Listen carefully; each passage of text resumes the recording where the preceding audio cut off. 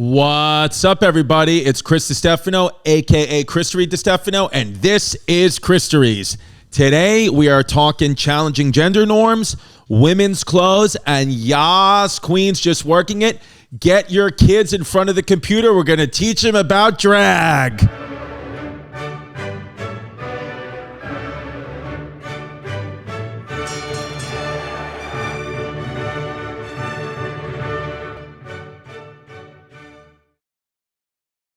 So here's something to know about drag. It's actually been around forever. You think drag is a new thing? Girl, it ain't. It has been around since the beginning of time. The ancient Egyptians were dressing in drag. The founding fathers were dressing in drag. Everybody was dressing in drag. They were doing it then. We're doing it now. If you don't know what drag queen is, if you don't know what being a drag queen is or being in drag is, it's probably because you're conservative. And it's a form of, Vanity wrote that in. It's a form of performance art where people dress in clothing typically associated with a different gender. So you can be a drag queen, a man dressing as a woman, or you could be a woman dressing as a man. What's your guess on what I am? They often, drag queens have exaggerated characteristics and mannerisms, okay? It's a version, let's say a man dressing as a woman, it's a version of a woman, but it's like a really loud version of a woman. Like for me, if I dressed in drag, I would look like any one of Jasmine's Puerto Rican aunties. That would be my inspo, is, I'm looking like Titi Carmen. That's what I'm trying to do. And then boom, drag queen, opening up for Mateo Lane. Drag is also a form of entertainment or self-expression. Okay? It involves lip syncing to music, comedy, dance, and other forms of performance. So just the simple reason that I do comedy, guess what? I'm a drag queen.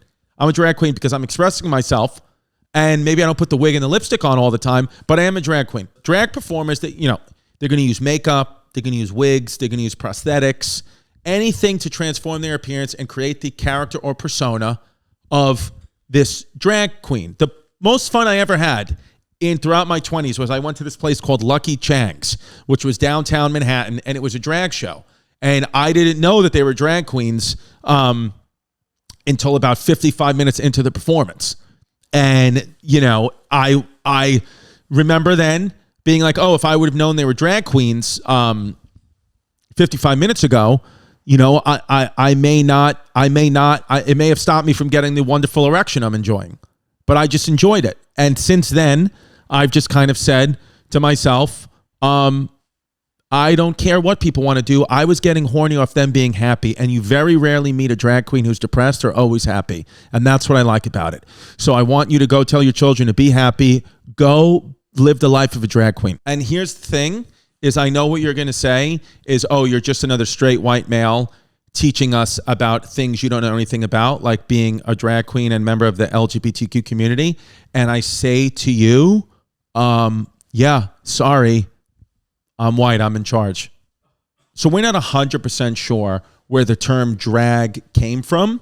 But again, here at the Christories Distefano show, we take a stance. So we're going to say that it came from British theaters in the 19th century. They think it came from the term draggle, which means to drag, and men would drag their dresses on the floor. Another theory is it comes from dressed as a girl, drag, but, I'm going to go with the 19th century British theater one. It means men would drag their dresses on the floor. And that's where the term drag comes from. Or it could also come from the South, where gay people were just dragged by mobs of angry people. It could come from that. Okay, now where did it first begin?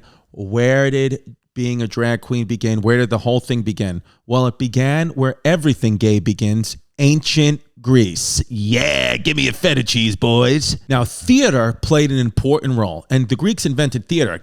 Gay. Theater played an important role in culture and society, and we developed two major forms of theater, tragedy and comedy. You listen to 1 hour of my stand-up special, you don't know which is which. Which is which? What do you think it is? Is it tragedy or is it comedy? I don't know, but I did hear a Greek person say once that when someone is hysteric, they're being in hysteria. From far away, they could be crying or laughing. It all looks the same. So interesting. And that's the same thing with the drag queen. You really don't know till you reach down there. And then usually it's too late. I know I've passed that point of no return. And I don't regret it. Now, women were forbidden to act in public performances. I love Greece. So here's the thing.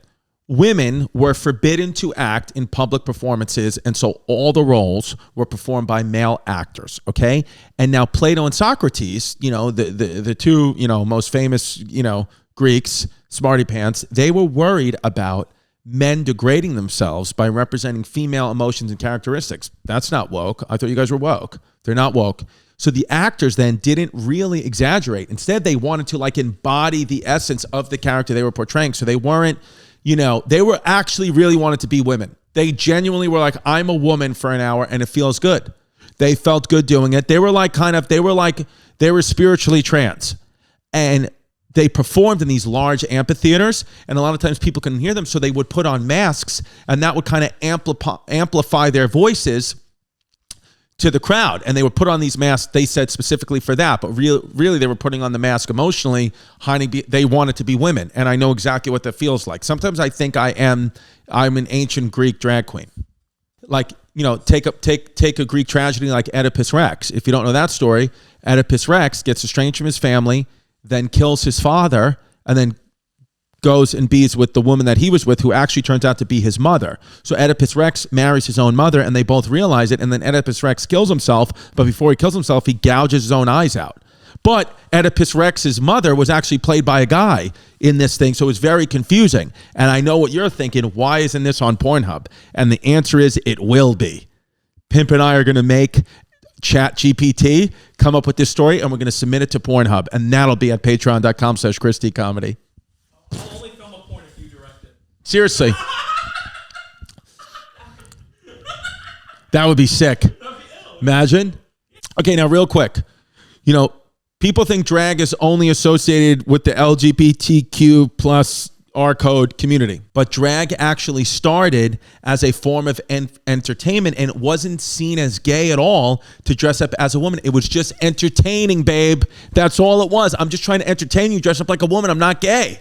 That's what the ancient Greeks believed. And then all of a sudden everything got gay, as it always does. Okay, medieval times. Now, churches right now, they're continuing the tradition of banning women on stage. They're just not allowing them to act. I'm not saying it was better or worse. That's up for you to decide. So men then continue to play female roles. You have to understand, for the majority of history, men were playing the roles of females. It's a very new thing that women are allowed to act or do anything. It's very new. So men would play the roles of females, and this continued into the 17th century when Shakespeare rose to popularity.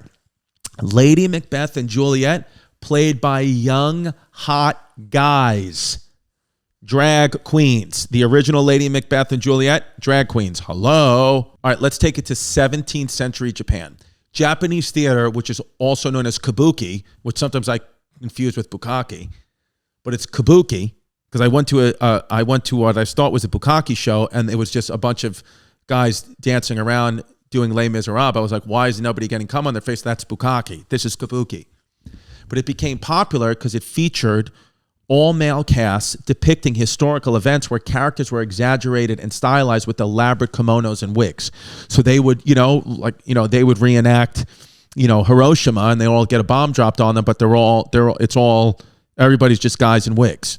You're seeing throughout this episode already that drag queen is not new. We call it drag queen now, but we were always drag queens. From day one, we were drag queen, okay? Adam from Adam and Eve was in drag. Vaudeville. Let's fast forward to the 19th century. Let's get a little bit up to speed. It's the late 1800s, and a new type of entertainment is coming up, and it's vaudeville, okay? The podcasting of their day. Vaudeville is a variety of acts like music, comedy, dance, magic, and burlesque. It would be like watching Wild 'N Out. Men continue to dress as women as a form of comedic effect. I don't know what you think is funny about dressing as a woman, but they would. And I don't know if they would take it as far as I would, because by the way, anytime you've seen me dressed as a woman, make no mistake, I am taped back. I'm tucked back and it's taped. I have a pussy. Now, the term vaudeville comes from the French term vaudeville, meaning voice of the city. Just FYI, just so you know, that has nothing to do with being in drag. And let's be honest, who doesn't love a variety show? I mean, that's where stand-up's going.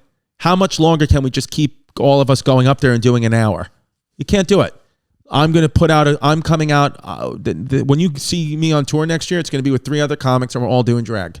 And we're all going to do our stand-up. Because I want you guys to pay for something and believe in something. All right, so vaudeville continues to grow in popularity, and in the 1920s, it just boom, bomb, bing, it exploded. Now, during this time, the 1920s, for the first time, we have a drag queen get famous, okay? His name was Julian Eltinge, or Eltinge, and he was the most well-known drag queen at the time. He was an actor, singer who starred in Broadway plays, and he portrayed women. That's how he rolled. And he was known to be so convincing that he'd actually take his wig off at the end of the show, and he'd shock audiences. He would literally, everybody would be in shock, even mostly the men that he was blowing. Julian became so successful that he made more money than Charlie Chaplin. Okay? You all heard of Charlie Chaplin. This guy was making more money. Okay? You know, everybody thinks, you know, so-and-so is so famous. And, you've all heard of, everyone's like, oh, Logan Paul. Logan Paul's making all the money. Well, Mr. Beast is the drag queen making more money.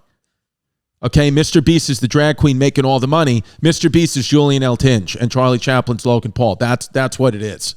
Now, during the 1920s, what also happened? You know it. Prohibition. The United States abolished alcohol production and consumption. You could still drink the blood of children, but you were not allowed to drink alcohol. But people continued to drink it in secret. Okay, they had the underground clubs, which we've created. They're still around today, called what? Speakeasies. And a speakeasy came from the need to speak quietly or easy to avoid detection by the police. That's where the term comes from.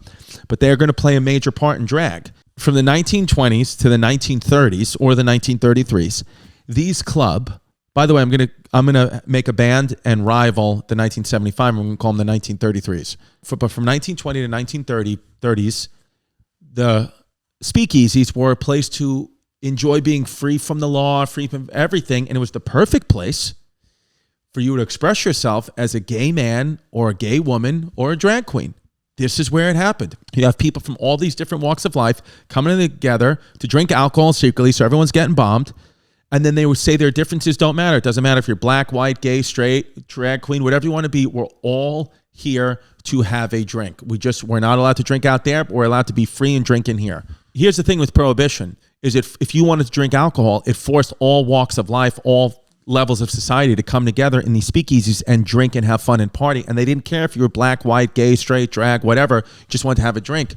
So what happened is the top 1%, the dominant parts of society, the rich white men, they loved it. They loved drag. They all secretly probably wanted to have sex with them. And they continued not only to be performed in clubs, but because the top echelon of society loved it, it got all the way to Madison Square Garden.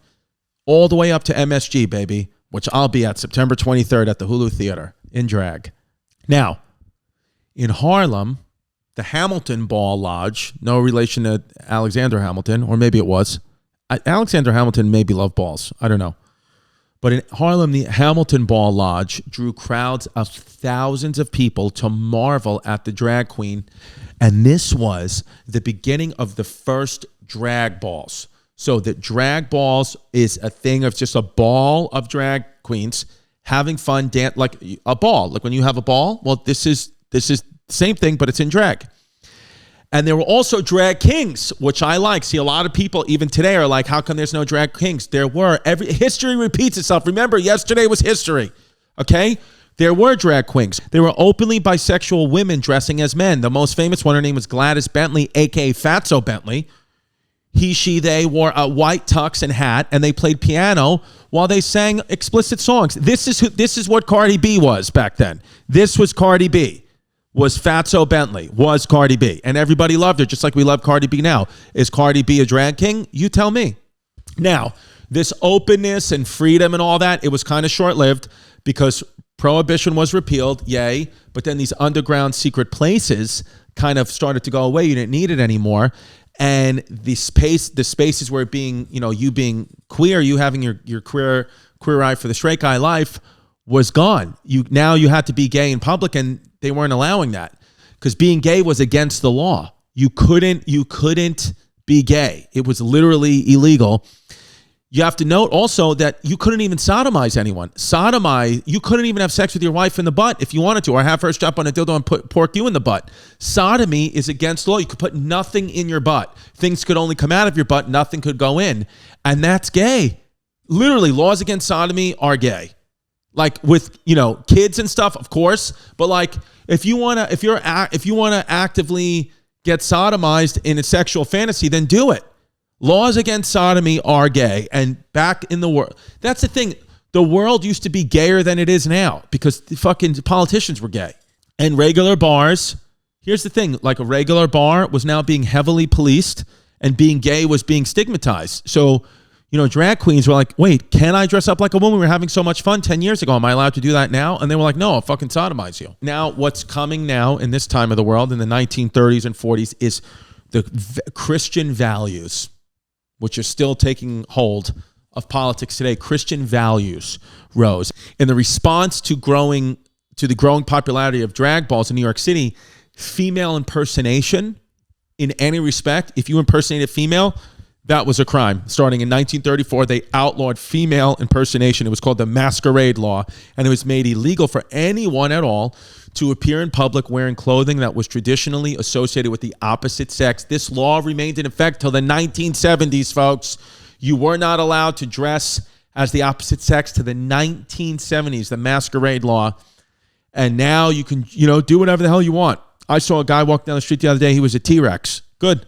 No laws. Radio and TV were on the rise, and so that meant that vaudeville was on decline. And after World War II, there was a very family-centric, heteronormative culture that intensified and kept getting bigger and bigger and bigger. So that's pushing drag queens further and further out of the public eye, which is gay. But in the 1960s, drag becomes popular again because it was seen as a comedic effect, like a punchline. Some like it hot. That was a very famous movie. Alfred Hitchcock's Psycho. It could be used for all these different things, comedy, drama. And the drag act that broke through of all other drag acts was called Dames Edna Everage. Dames Edna Everage. That's the drag act that it broke through and it brought drag to the mainstream. It was an Australian comedian, which I'm not going to the shows in Australia. We've postponed them. But it was an Australian comedian who was purple-haired. Okay, had a purple-haired Australian comedian, gaudily dressed, middle-aged woman who was known for her sharp wit, double entendres, and irreverent humor. This is Dames Edna Everage. She was the most famous drag queen. She broke at the time. She's the one that broke through. She broke through the drag queen barriers. She met the queen. She met the drag queen of England. She had her own talk show. If she was alive today, she'd be doing stand-up. She'd have a sold-out tour. She'd be doing a podcast. She'd be on Patreon. She'd be doing Hands for HelloFresh, getting that drag queen cock out there. Speaking of transitioning, everybody poops. Okay? When you were a kid, everybody read the book Everybody Poops by Tara Gomi. And, some of us forgot the details. You forget everybody's got anxiety when they poop. Everybody gets sometimes a little pain when they poop. It happens. It's poop. It's not all, there were snowflakes. Sometimes that's what you poop and you just deal with it. But I'm telling you, this company Seed, the probiotics they have, they keep your gut motility good. They keep the gut health good. They keep you pooping anxiety free. And they're really awesome. Okay, they got 16 of their 24 strains are designed for digestive health, and it's awesome. So if you want to start a new healthy habit today, go to seed.com/Christories. Use the code Christories to redeem 25% off your first month. That's Seeds DS01 Daily Symbiotic. Seed.com/Christories and use the code Christories. Remember, family-centric, heteronormative culture is alive and well, so that means the gay community is struggling because they don't have any rights. They continue to be arrested for being gay. You could literally just be arrested for being gay. That in itself was a crime. I wonder if I walked down the street if they would just be like, arrest him. Now, who comes through to help the community, to make things better? And we are all so sad that in today's world, they're all but gone. The mafia. Bring them back. The mafia helped the community as they always do. They bought one of the most iconic gay bars in New York City, a place that had a riots named after it. You can still walk past it today. I go in there once in a while, every other Wednesday, and it gave the gay community and drag queens an outlet and a home for them to be themselves. That's right. The Italian mafia literally bought the Stonewall Bar, the Stonewall Inn, and gave the gay community an opportunity to be themselves and to be drag queens and to have the outlet that just let them express who they wanted to be. So another win for the mafia, the good guys. Here's the thing. Homosexuality was illegal, okay? And because of that, police raided gay bars, okay? Literally, it was like, they were like ICE back then, except it wasn't Mexicans, it was gays. So they would raid bars and homes and rip the gay people out. And you would think that the Stonewall Inn was safe because the mafia is paying off the police, but no. They barged in there on June 28th, 1969, trying to make these arrests, but guess what? People fought back. The gays, the lesbians, the drag queens fought back, and it started a movement led by political activists Marsha P. Johnson and Harvey Milk, who they made a movie about. They haven't made a movie about Marsha P. Johnson, but they should. Or maybe that's Creed 3. This is where these two people, Marsha P. Johnson and Harvey Milk, come to light after this Stonewall riots when they fought back, rightfully so, against the police who were just trying to arrest them for being gay. So what?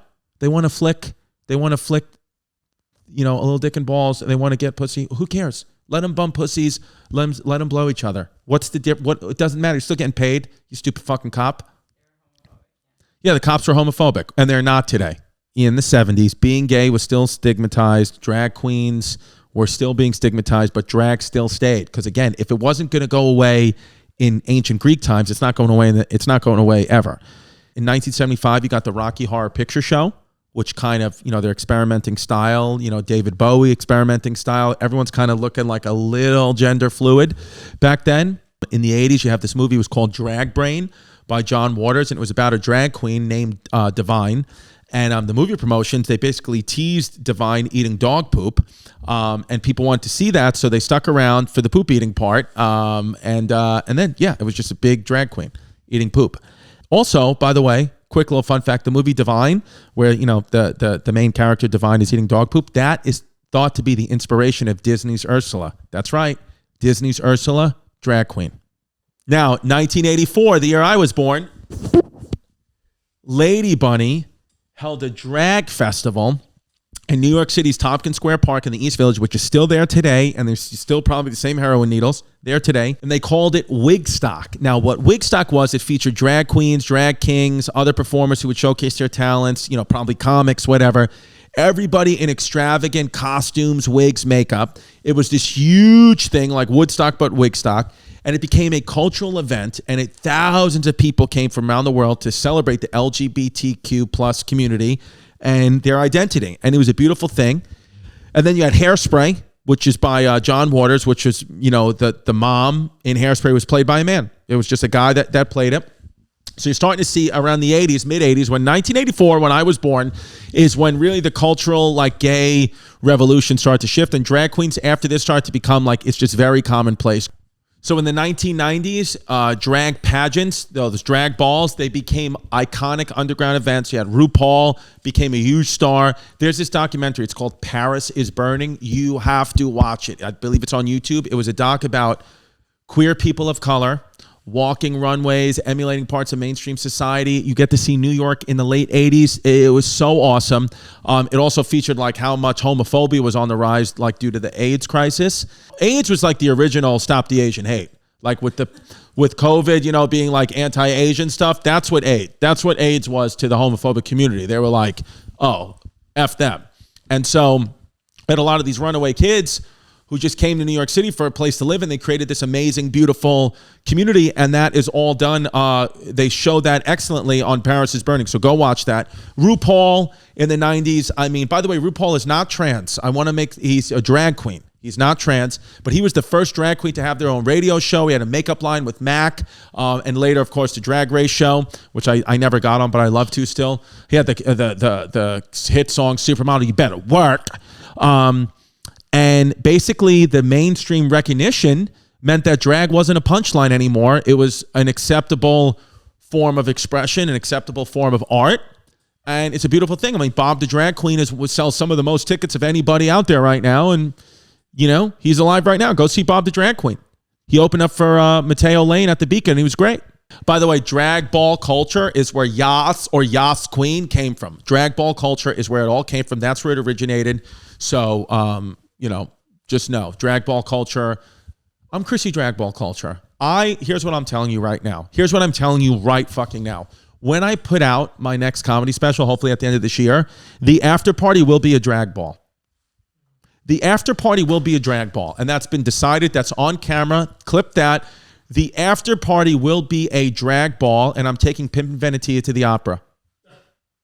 In conclusion, drag, it's fun performance art. You're wearing clothes of the opposite sex. You're accessorizing, exaggerating gender characteristics. It's fun. It's freeing.